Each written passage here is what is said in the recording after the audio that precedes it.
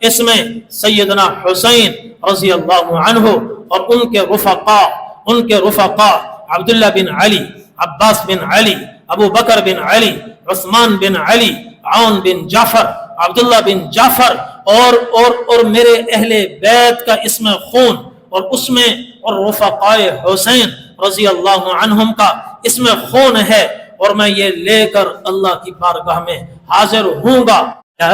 سیدنا حسین رضی اللہ عنہ نے شہادت کے وقت کہا، اے اللہ اللہم لا تبق منہم احدا، اے اللہ یہ جتنے لوگ ہیں ایک ایک کو اپنے علم میں شمار کر لے، اللہم احصہم عددا، ایک ایک کو شمار کر لے، وقتلہم بددا، اور الگ الگ ایک ایک کو ہلاک کر دے، تباہ فرما، ولا تبق منہم احدا، اور ان میں سے ایک کو بھی زندہ نہ چھوڑنا۔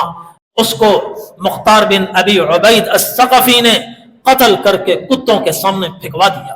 محفل جب برخاست ہوئی، گھر گیا، چراغ جلانے لگا، وہ آگ اس کے کپڑوں کو لگی اور اسی میں جل کر ہلاک ہو گیا۔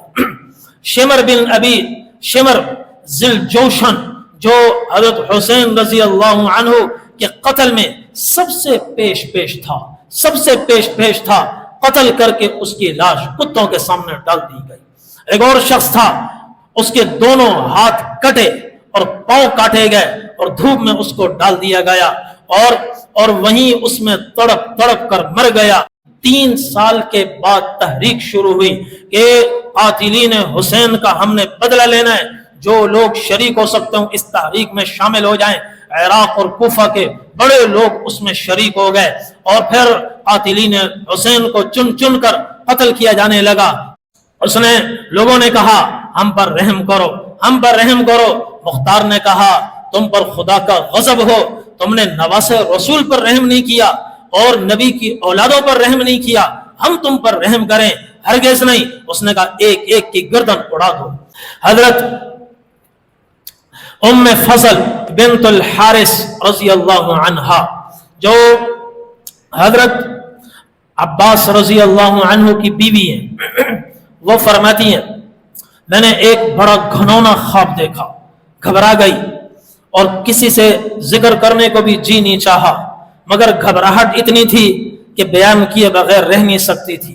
تو میں آئی نبی کریم صلی اللہ علیہ وسلم کی خدمت میں نے کہا یا رسول اللہ انی اریت اللیلۃ حلما فزعا، اے اللہ کے رسول گزشتہ رات میں نے بہت ہی گھنونا خوفناک خواب دیکھا ہے۔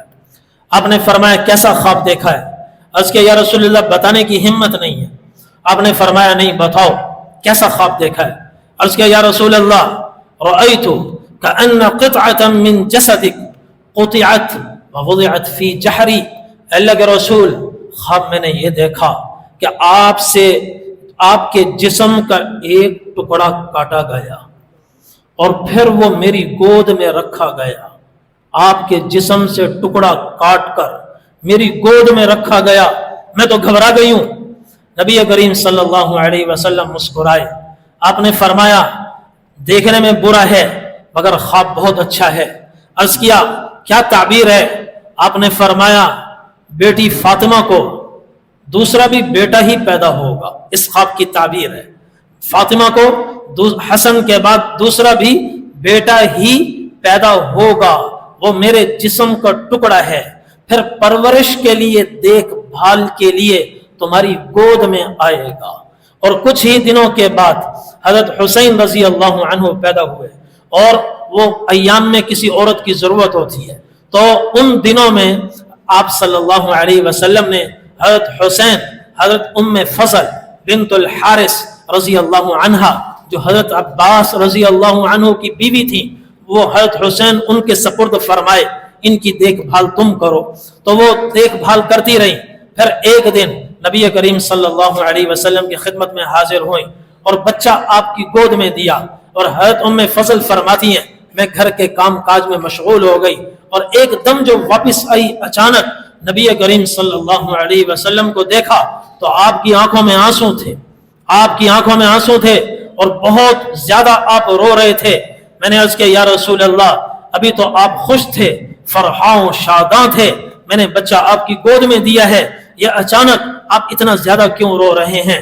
آپ نے فرمایا ان جبرائیل آنفا اتانی واخبرنی، ابھی جبرائیل آئے ہیں اور بچہ میری گود میں ہے اور آ کر مجھے کہا ہے ان امتی سیقتل ابنی ھذا، میری ہی امت میرے اس بچے کو قتل کرے گی، میری ہی امت میرے اس بچے کو قتل کرے گی۔ مجھے یقین نہیں آیا، میں نے کہا جبرائیل کیا کہہ رہے ہو؟ پھر جبرائیل علیہ السلام نے ہاتھ مارا اور مجھے وہ سرخ مٹی کربلا کی دکھائی جو خون حسین سے لت پت تھی۔ آپ نے فرمایا یہ ثبوت ہے۔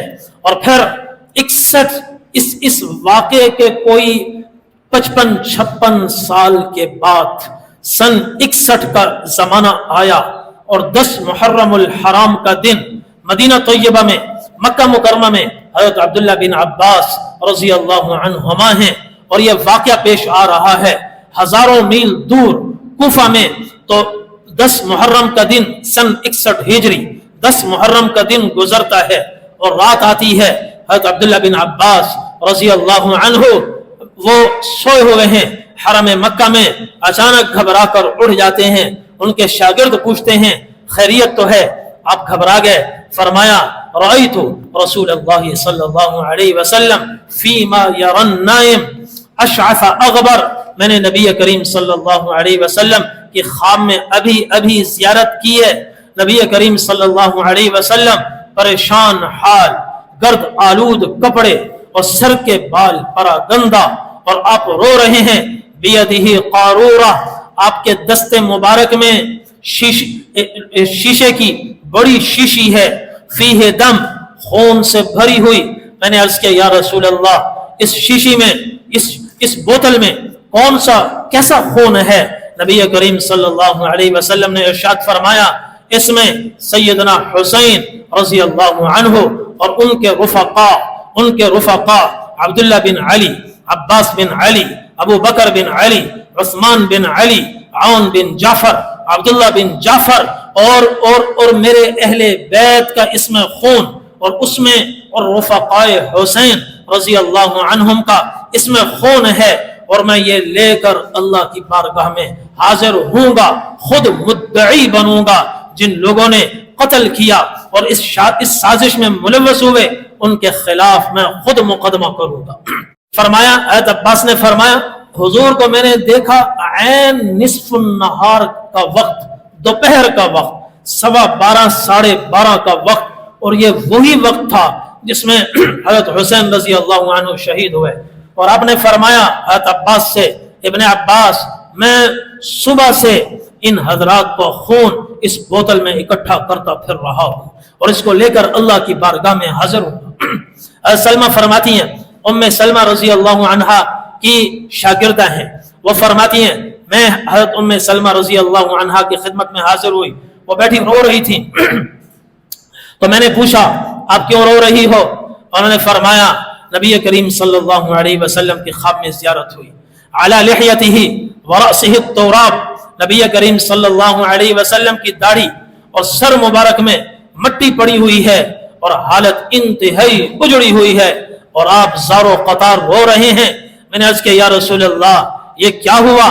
آپ نے فرمایا شہدت قتل الحسین آنفا، حضرت حسین کی قتل گاہ سے میں ابھی لوٹ کر آ رہا ہوں، اور اس کا مقدمہ اللہ کی بارگاہ میں پیش ہوگا، اور اس کا سبب یہ ہوا کہ حضرت سیدنا حسین رضی اللہ عنہ نے شہادت کے وقت کہا اے اللہ اللہم لا تبق منہم احدا، اے اللہ یہ جتنے لوگ ہیں ایک ایک کو اپنے علم میں شمار کر لے، اللہم احصہم عددا، ایک ایک کو شمار کر لے، وقتلہم بددا، اور الگ الگ ایک ایک کو ہلاک کر دے، تباہ فرما، ولا تبق منہم احدا، اور ان میں سے ایک کو بھی زندہ نہ چھوڑنا۔ حضرت خبیب بن عدی رضی اللہ عنہ نے جو سن 2 ہجری میں دعا کی تھی، وہی دعا اس موقع پر سیدنا حسین رضی اللہ عنہ نے فرمائی اے اللہ ایک کو بھی زندہ نہ چھوڑنا، ایک کو بھی زندہ نہ چھوڑنا، اور اللہ کی لاٹھی حرکت میں آئی، ایک بھی ان میں سے زندہ نہیں بچا، ایک بھی ان میں سے زندہ نہیں بچا۔ ایک ان میں شخص تھا مالک بن شریک، اس کا جرم صرف اتنا تھا، اس نے سیدنا حسین رضی اللہ عنہ کی گری ہوئی ٹوپی اٹھائی تھی، چرائی تھی، اس کو مختار بن ابی عبید الثقفی نے قتل کر کے کتوں کے سامنے پھینکوا دیا۔ ایک اور شخص تھا جس نے پانی سے روکا تھا، پانی سے روکا تھا، اللہ تعالیٰ کا عذاب اس پر ایسا آیا کہ اس کی پیاس نہیں بجھتی تھی، پانی اس کو پلاتے، گلاسوں کے گلاس پی جاتا، جگوں کے جگ پی جاتا، مٹکوں کے مٹکے پی جاتا، اور پیٹ پھول کر اس کا مشکیزہ بن گیا، پھر بھی اس کی پیاس ختم نہیں ہوتی تھی۔ کہتا تھا اغیثونی بما، اور لاؤ، پانی پی پی کر اس کی ہلاکت واقع ہوئی۔ ایک اور شخص تھا، وہ ایک محفل میں دعوت میں موجود، دعوت میں بیٹھا ہوا، دعوت میں اپنا ایک ماحول چل رہا، کچھ لوگوں نے کہا کہ قاتلین حسین میں سے ایک نہیں بچ رہا، ایک ایک کر کے سب مارے جا رہے ہیں۔ اس نے کہا کچھ نہیں ہوتا، میں خود اس میں شریک تھا، کچھ نہیں ہوتا۔ یہ محفل جب برخاست ہوئی، گھر گیا، چراغ جلانے لگا، وہ آگ اس کے کپڑوں کو لگی اور اسی میں جل کر ہلاک ہو گیا۔ شمر ذل جوشن، جو حضرت حسین رضی اللہ عنہ کے قتل میں سب سے پیش تھا، قتل کر کے اس کی لاش کتوں کے سامنے ڈال دی گئی۔ ایک اور شخص تھا، اس کے دونوں ہاتھ کٹے اور پاؤں کاٹے گئے اور دھوپ میں اس کو ڈال دیا گیا، اور وہیں اس میں تڑپ کر مر گیا۔ 3 سال کے بعد تحریک شروع ہوئی کہ قاتلین حسین کا ہم نے بدلہ لینا ہے، جو لوگ شریک ہو سکتے ہوں اس تحریک میں شامل ہو جائیں۔ عراق اور کوفہ کے بڑے لوگ اس میں شریک ہو گئے، اور پھر قاتلین حسین کو چن چن کر قتل کیا جانے لگا۔ ایک موقع پر جب ان کا قتل ہو رہا تھا تو لوگوں نے کہا ہم پر رحم کرو۔ مختار نے کہا تم پر خدا کا غضب ہو، تم نے نواسے رسول پر رحم نہیں کیا اور نبی کی اولادوں پر رحم نہیں کیا، ہم تم پر رحم کریں؟ ہرگز نہیں۔ اس نے کہا ایک ایک کی گردن اڑا دو۔ اور ابن زیاد کا لشکر کا جو بڑا سپہ سالار تھا عمر بن سعد، جب اس کا سر کاٹ کر اس کے مختار کے سامنے قصر عمارت میں لایا گیا تو اس کا بیٹا وہاں موجود تھا، حفص اس کا نام تھا، عمر بن سعد کا بیٹا حفص۔ تو ابن زیاد نے کہا جانتے ہو اس کو، تمہارا باپ ہے جانتے ہو؟ تو حفص نے کہا ہاں میں جانتا ہوں، اب مجھے بھی جینے کی کوئی تمنا نہیں ہے۔ تو اس نے مختار نے کہا تمہیں بھی نہیں چھوڑا جائے گا، اس کے ساتھ تمہیں بھی قتل ہونا پڑے گا۔ پھر اس کی گردن اڑائی اور سامنے والوں سے کہا عمر بن سعد کا سر حسین کے سر کے بدلے اور اس کے بیٹے کا سر وہ علی اکبر کے بدلے، اور کہا یہ تو میں نے ویسے کہہ رہا ہوں، ورنہ 3/4 قریشیوں کو میں قتل کر دوں تو سیدنا حسین رضی اللہ عنہ کی ایک انگلی کا بھی بدلہ نہیں ہو سکتا۔ فَسَيَكْفِيكَهُمُ اللَّهُ وَهُوَ السَّمِيعُ الْعَلِيمُ، اللہ ہی کافی ہو گیا۔ قاتلین حسین میں سے ایک بھی نہیں بچا۔ ظلم ہے، جب حد سے بڑھتا ہے تو اس پر زوال شروع ہو جاتا ہے۔ ظلم کبھی بھی قائم اور دائم نہیں رہ سکتا۔ عبد الملک بن عمیر اللیثی فرماتے ہیں اچھا ان میں سب سے پیش تھا یزید تھا، 2 سال 8 مہینے تک زندہ نہیں رہ سکا، 2 سال 8 مہینے عین جوانی میں اللہ نے ایسی اس پر بیماری کو مسلط کیا، 2 سال 8 مہینے سے زیادہ زندہ نہیں رہ سکا۔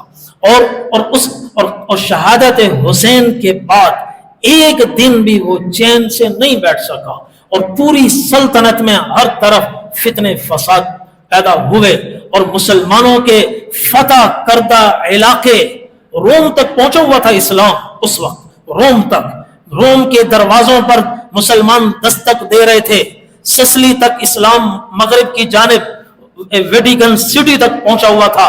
وہاں سے پھر آہستہ آہستہ بغاوتیں جب شروع ہوئیں تو علاقے مسلمانوں کے ہاتھوں سے نکلتے رہے، اور اسلامی سلطنت بجائے وسیع ہونے کے سمٹنے لگی اور ہر طرف انتشار ہے، اختلاف ہے، ایک دن بھی اس کو قرار نہیں آیا، سکون نہیں آیا۔ اور دوسری طرف جو سب سے بڑا سرغنہ تھا کوفے کا گورنر عبید اللہ بن زیاد ابن مرجانہ ملعون، تو 6 سال سے پہلے 20 دن کم 6 سال 22 ذی الحجہ سن 66 ہجری اور ہفتے کا دن مختار بن ابی عبید الثقفی نے ابراہیم بن اشتر کو لشکر دے کر بھیجا عبید اللہ بن زیاد کے مقابلے میں۔ دونوں میں مقابلہ ہوا اور اس میں ابن زیاد کے لشکر کو شکست ہوئی۔ ابن زیاد اور اس کے ساتھیوں کا سر کاٹ کر کوفہ کے قصر عمارت میں لایا گیا اور مختار بن ابی عبید کے آگے رکھا گیا۔ تو روایت ترمذی کی روایت ہے، پکی روایت ہے، اب سنیں، دل تھام کر سنیں اور اللہ کا انتقام دیکھیں۔ کوئی ہوائی روایت نہیں، تاریخی روایت نہیں، جو روایت تاریخ کی احادیث کی کتابوں میں آتی ہے اس کو سوچ چھلنیوں میں سے گزار کر، چھان کر اور اچھی طرح اس کو چیک کر کے اور دیکھ کر پرکھ کر پھر احادیث کی کتابوں میں لایا جاتا ہے، ورنہ تاریخی روایت کو حدیث کی کتابوں میں ہرگز نہیں لایا جاتا، اس لیے کہ تاریخ کا مقام وہ نہیں ہے جو احادیث مبارکہ کا ہے۔ یہ روایت ابن زیاد کے قتل کے بعد کی روایت جامع الترمذی میں ہے۔ تو فرماتے ہیں کہ عبید اللہ بن زیاد اور اس کے ساتھیوں کا سر رکھا ہوا تھا، اچانک آواز لگی، پیچھے سے کہیں سے کوئی آواز آئی، قد جاءت، وہ آ رہا ہے۔ لوگوں نے کہا پتہ نہیں کیا آ رہا ہے، دیکھا تو ایک شیش ناگ آ رہا تھا، شیش ناگ، اور معلوم نہیں اس میں کوئی سینسر لگے ہوئے تھے یا کوئی پہچان کی سمیں لگی ہوئی تھیں یا اس کو پیچھے سے کسی نے پڑھایا تھا، سمجھایا تھا، اللہ ہی جانتے ہیں۔ وہ آیا، کئی سر پڑے ہوئے ہیں، ایک سر کو دیکھتا ہے، سونگتا ہے، چھوڑتا ہے، آگے بڑھتا ہے، بیچوں بیچ عبید اللہ بن زیاد کا سر پڑا ہوا ہے۔ وہ سانپ آیا، منہ میں اس کے داخل ہوا، اندر داخل ہو کر کافی دیر اندر ہی اندر معلوم نہیں کیا تباہی مچاتا رہا۔ پھر وہ نکلا، ناک کے راستے سے نکلا، اپنے آپ کو چھوٹا کر کے نکلنے کے بعد گیا، غائب ہو گیا۔ لوگوں نے کہا شکر ہے نکل گیا۔ تھوڑی دیر گزری، دوبارہ وہ سانپ دوبارہ آیا، آوازیں لگی، قد جاءت، وہ زہریلا سانپ آ رہا ہے، پھر آیا، ناک کے راستے سے داخل ہوا اور اندر چلا گیا، اور پھر وہ نکل گیا، پھر آیا اور دوبارہ منہ کے راستے سے اس کے سر میں داخل ہوا اور پھر نہیں نکلا۔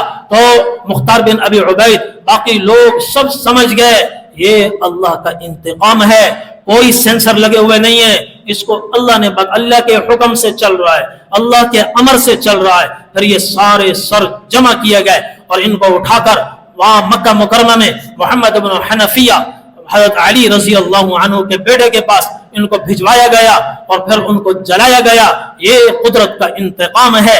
اللہ تبارک و تعالی دنیا کی سزاؤں کو جہاں نقل فرماتے ہیں وہاں ارشاد فرماتے ہیں ذالک لہم خزی فی الدنیا، مت سمجھو حساب پورا ہو گیا، نہیں ہوا، یہ تو صرف دنیا کی رسوائی ہے۔